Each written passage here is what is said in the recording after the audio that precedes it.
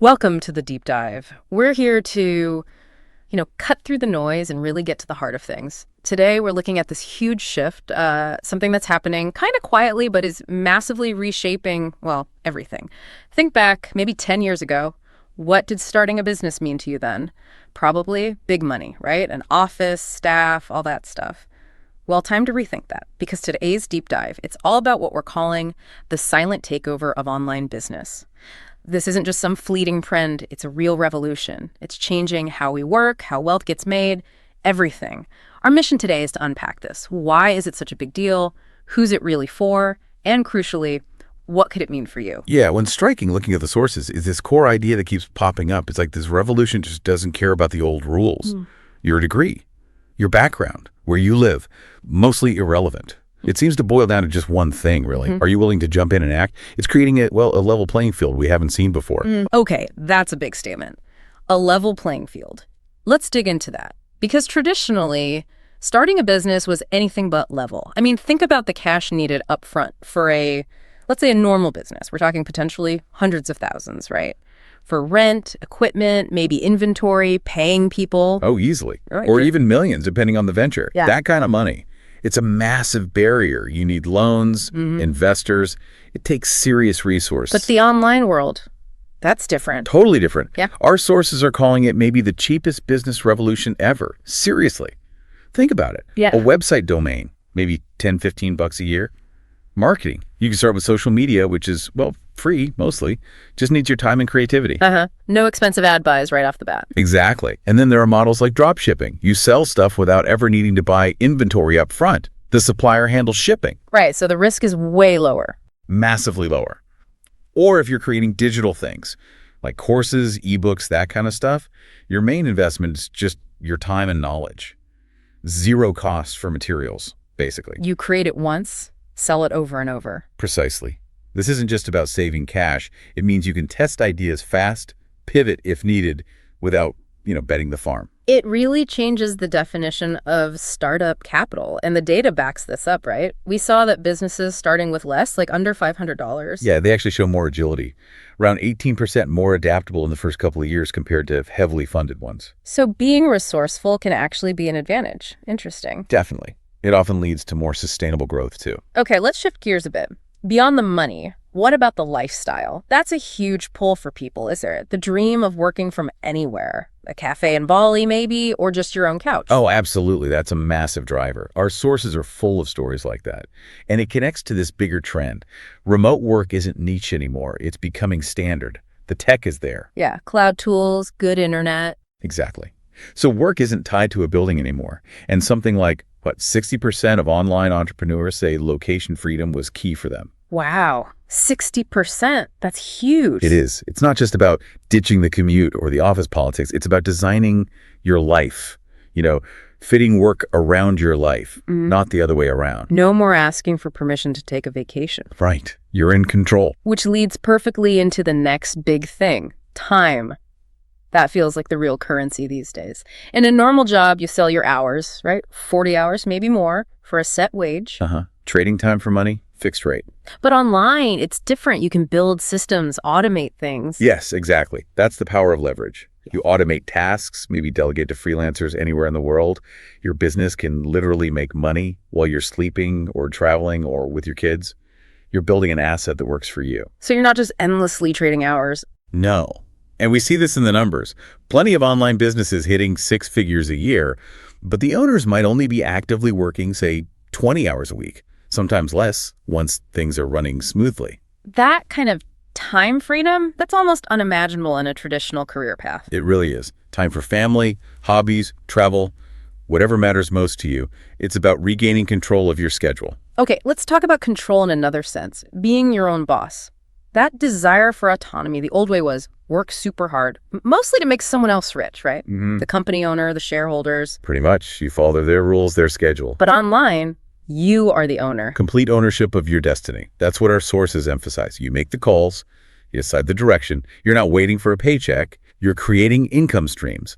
You're not climbing their ladder. You're building your own thing. And that psychological shift must be huge. It is. People report much higher job satisfaction, more happiness. when they make that switch. It's tied directly to that feeling of control and purpose. And wasn't there a point in the research about how most people getting wealthy today are doing it? Yeah, that was fascinating. The majority aren't getting rich slowly climbing the corporate ladder anymore. A huge chunk are building businesses, specifically online businesses. It's fundamentally changed how wealth generation works. Which connects to effort versus reward. In my old job, if I work 60 hours one week instead of 40, same paycheck, usually. Right.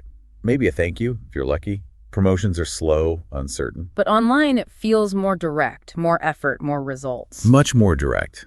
It's refreshingly simple in a way. The more value you create, the smarter you work, the more persistent you are. The faster you see the rewards. The potential's higher too, presumably. Massively higher. We see stories constantly, people doubling, tripling, even 100xing their old income in just months or a few years. That's just not possible in most jobs. And the internet doesn't care who you are. Not really. That's the beauty of it. Your age, race, background, connections, they don't matter nearly as much. It's about the value you bring. It's probably one of the fairest playing fields out there. Now, here's something maybe less obvious. It's not just about you and your bank account, right? There's a people aspect. Oh, absolutely. That's a really interesting point from the research. Online business is surprisingly social. It builds connections. How so? Well, think about it. You're dealing with customers, potentially from all over the world, building relationships. You're often collaborating with freelancers, other creators, marketers, Yeah. maybe from totally different cultures. Okay, so you build a network. Exactly. Yeah. And you often find these amazing communities of other entrepreneurs online, people sharing tips, support, struggles. And these connections aren't just business. They often turn into real friendships, mentorships, even partnerships that can change everything. It makes sense. Some huge companies started that way, didn't they? Just a couple of people connecting online. Yeah, absolutely. An email, a forum message, that sparks an idea. It's powerful. This connects to another big idea, the great equalizer. The idea that maybe you don't need that fancy degree anymore. Right. For so long, college was seen as the golden ticket, the main path to success, gated by institutions. But the internet, it's changed that calculation. It really seems to have flipped the script. Our sources are full of examples of super successful online entrepreneurs who, didn't finish college or maybe even struggled in school. Why is that? Because the online world values different things. Practical skills, creativity, being persistent, solving problems quickly. That matters more than the piece of paper often. And you can learn so much online now, right? For free or cheap. Exactly. Skills matter more than credentials. We're even seeing employers prioritize portfolios and demonstrated skills over degrees now. It's a big shift in how talent is valued. So it really doesn't matter where you start from. Fundamentally, no. That's the shocking beauty of it, as the sources put it. A kid in a village with a smartphone, they have access to the same basic tools and global market as some MBA on Wall Street. It's about the idea and the execution. Okay, this all sounds amazing, almost too good to be true sometimes. We need to be balanced here. It can't all be sunshine and passive income, right? No, definitely not. And it's crucial we talk about that.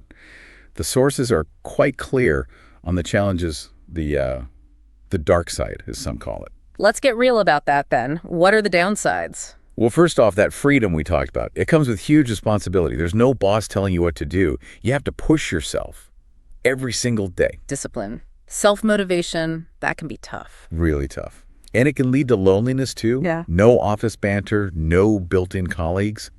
Burnout is a real risk if you don't manage boundaries.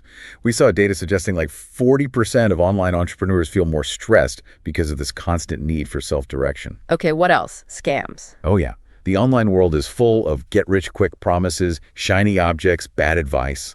You need serious critical thinking to sort the real opportunities from the junk. People lose time and money chasing shortcuts. And things change so fast online, don't they? Constantly. New platforms, algorithms changing. You have to keep learning all the time just to stay current. It can be exhausting, that feeling of never quite knowing enough. Information overload is common. And competition must be fierce if entry is so easy. It is. Standing out takes real effort, smart marketing, knowing your audience deeply, and relying too much on one platform, like a social media site or Amazon. That's risky too. Like if they change their rules overnight. Exactly. An algorithm change can wipe out your traffic. So the risks are different from traditional business. Yeah. Maybe less upfront cash, but more about your own resilience, adaptability, and sustained effort. Makes sense. Every business has risks, just different kinds. Right. But the sources do stress that while online risks are real, the financial barrier is low, and the potential rewards, if you stick with it, are enormous. Okay, so let's pull this together. We've seen this massive shift happening. Traditional jobs, they're facing big challenges, AI, automation, inflation. It's an uncertain time for many. A lot of disruption. But at the same time, online business isn't just surviving this disruption, it's thriving. It's exploding, creating opportunities on a scale we've never seen. It really is, faster than ever before. So this leaves you, our listener, with a really important question based on what we've discussed. Yeah, the sources frame it as a pretty stark choice coming up. In the next few years, those who adapt to this digital shift, they're likely going to do very well. Those who don't, who stick only to the old ways, they might really struggle professionally, financially. It could get tough. It's a powerful thought, isn't it? It really makes you think.